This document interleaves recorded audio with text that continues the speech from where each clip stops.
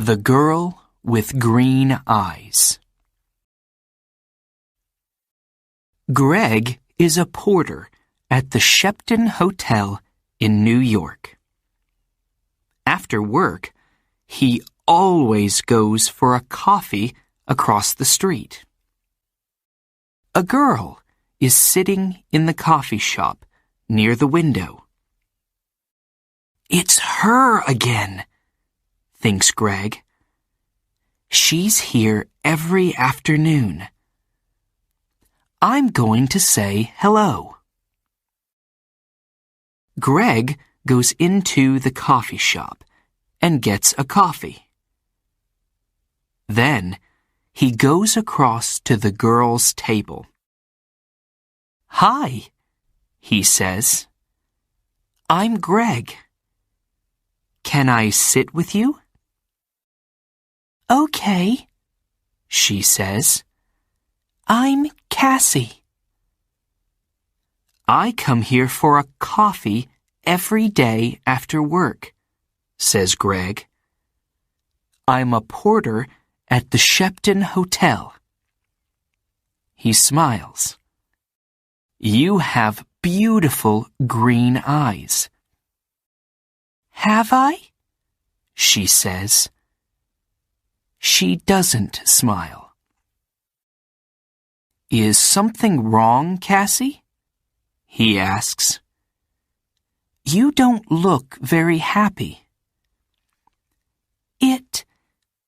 It's nothing," she says. "Tell me," says Greg. "Maybe I can help." "Well," she begins. "Go on," says Greg. "My stepfather is staying at the Shepton Hotel," she says. "He has my sketchbooks. I'm an artist. When I ask him to give them to me, he says, 'No, I want you to come back home to Boston.' But I don't want to go back to Boston. He's not nice." "How long is he going to be at the hotel?" asks Greg. "2 more days," says Cassie. "He's in room 724. "Maybe I can get the sketchbooks for you," says Greg. "Maybe I can get into his room." "Can you?" she says. "Meet me here tomorrow afternoon at 4:30, says Greg. "Okay, thank you," says Cassie. "Thank you very much." She looks at her watch. "I've got to go now. See you tomorrow." When Cassie gets back to her hotel room, she makes a telephone call. "Hello?" she says. "It's me." "It's okay. The boy's going to do it." "Yes, I'm going to get them from him tomorrow afternoon." "Okay, I can meet you there the morning after, at 10 a.m. Don't forget to bring the money, $2,000. Next morning, Greg arrives at work early. He goes to find room 724. I have to wait for Cassie's stepfather to go out, he thinks. I don't know his name, but it doesn't matter. Greg watches the door of room 724. He sees the girl come to clean the rooms. Some minutes later, a man comes out of room 724. That must be Cassie's stepfather, thinks Greg. He waits for the man to leave and for the cleaning girl to go into room 724. I need to look in the room, he thinks. Greg waits for the girl to leave the bedroom. Then he goes into the room and begins to look for the sketchbooks. I must be quick, he thinks.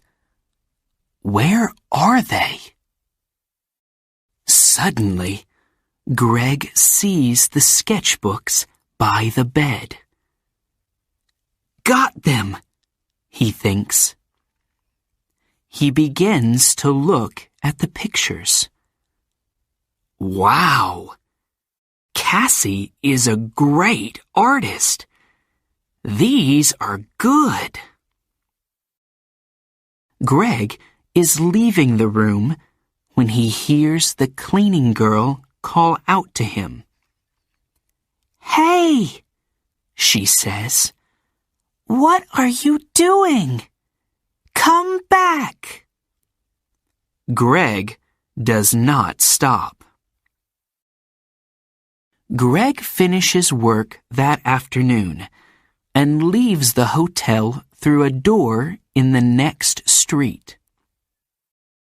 When he gets near the front of the hotel, he sees the man from room 724. That's him again, thinks Greg. That's Cassie's stepfather. Greg waits for the man to go into the hotel. Then he goes to the coffee shop. Cassie is at the same table in the coffee shop. Greg gets a coffee and goes to sit with her.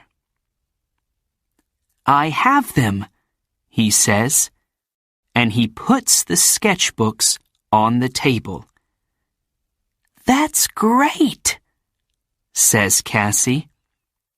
How can I thank you, Greg? You can meet me later, he says, after I go home and change out of my porter's uniform. I'm sorry, Greg, says Cassie. I can't tonight. Maybe tomorrow night. Okay, says Greg. Tomorrow night. We can get something to eat first. Yes, okay, says Cassie. I have to go now, but meet me here tomorrow evening at 6 o'clock. Cassie gets up, ready to leave. Don't forget your key, says Greg. Oh, thanks, says Cassie. She takes it from him quickly. See you tomorrow. Greg is finishing his coffee when he sees his friend, Mike. You're in trouble, Greg, says Mike. Jake Russo's sketchbooks are not in his room. Room 724. And there are CCTV pictures of you coming from that room. Who is Jake Russo? Asks Greg. Suddenly, he's not feeling very well. An artist, says Mike. His pictures sell for thousands of dollars, and his sketchbooks sell for thousands too. Do you have them? Asks Mike. No, a girl has them, says Greg. What girl? Asks Mike. A girl with green eyes, says Greg. And he tells Mike about Cassie and her stepfather. But it's not true, says Mike when Greg finishes speaking. Jake Russo doesn't have a wife or a stepdaughter. You have to find that girl and get the sketchbooks, Greg. And you have to do it before the police find you. Greg walks home to his one-room apartment. How am I going to find her? He thinks. She has Jake Russo's sketchbooks now, so she's not going to meet me again. Is she going to sell them for a lot of money? There is a police car in the street, next to Greg's apartment. Oh no! He thinks. They're waiting for me. I can't get into my apartment now. That night, Greg sleeps on a train in the subway. But early the next morning, "Hey, you," says a man. He's the subway cleaner. "Get up. You can't sleep here all day." "Sorry," says Greg. People are arriving to get their trains now. One of them stops and looks at a photograph in his newspaper, and then at Greg. It's him, thinks the man. It's the young man in the newspaper photograph. The police are looking for him. Suddenly, Greg sees the man looking at him. And he sees his picture on the front of the man's newspaper. I have to get out of here quickly, he thinks. The man with the newspaper finds a policeman. It's him, he tells the policeman. The hotel porter. Hey, you, the policeman calls to Greg. Greg runs. Stop, calls the policeman. Greg doesn't stop. I have to get out of this uniform, thinks Greg. People know I'm the porter. Maybe Mike can give me something different to wear. When he gets to Mike's apartment, Mike opens the door. I need something to wear, Greg tells him. I can't go back to my apartment. My picture's in the newspaper, and... Yes, I know, says Mike. It's okay. Come in. Where's the girl? Asks Mike. Do you know? No, says Greg. What can you remember about her? Says Mike. There must be something to help you find her. Yes, Greg says suddenly. Her key! A key to a room in the Dolphin Hotel. It's a small, cheap hotel near 42nd Street. She must be staying there. What's the time? Nearly 9 o'clock, says Mike. Maybe she's there now, says Greg. I have to go. Thanks, Mike. 20 minutes later, Greg is near the Dolphin Hotel. Am I too late? He thinks. Suddenly, Greg sees Cassie come out of the hotel. Cassie! He calls.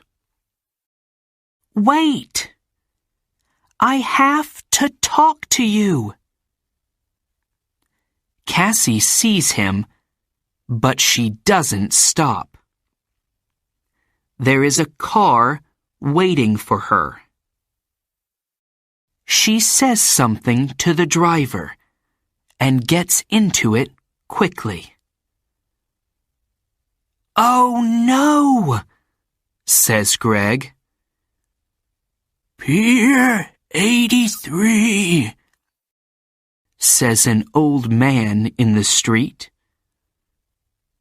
Greg looks at him. What?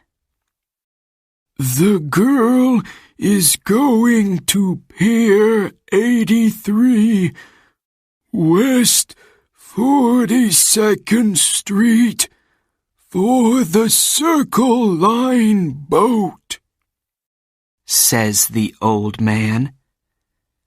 Greg smiles. Thanks, he says. And he begins to run. Greg runs all the way to Pier 83. People are getting on to the boat, and he gets a ticket. On the boat, Greg looks for Cassie. But a woman with a newspaper is looking at him. It's the young man in the picture, she tells the man with her. Call the police, Eddie. The man gets his phone and calls the police. Some time later, Greg sees Cassie. She is talking to a man. But Greg does not see two policemen get on the boat. They quickly find Greg. Where are Jake Russo's sketchbooks? The first policeman asks him. I don't have them, says Greg. You don't want me. You want her. She has the sketchbooks. Hey, look. He's right, says the second policeman. The two policemen move quickly to Cassie and the man. I don't understand, says Cassie. How? The two of you are coming with us, says one of the policemen. You're in trouble. Later, Greg and a policeman take the sketchbooks back to the hotel. Jake Russo is very happy to see them again. I'm sorry, Mr. Russo, says Greg, and tells him everything. It's okay, says the artist, smiling. But stay away from girls with beautiful green eyes.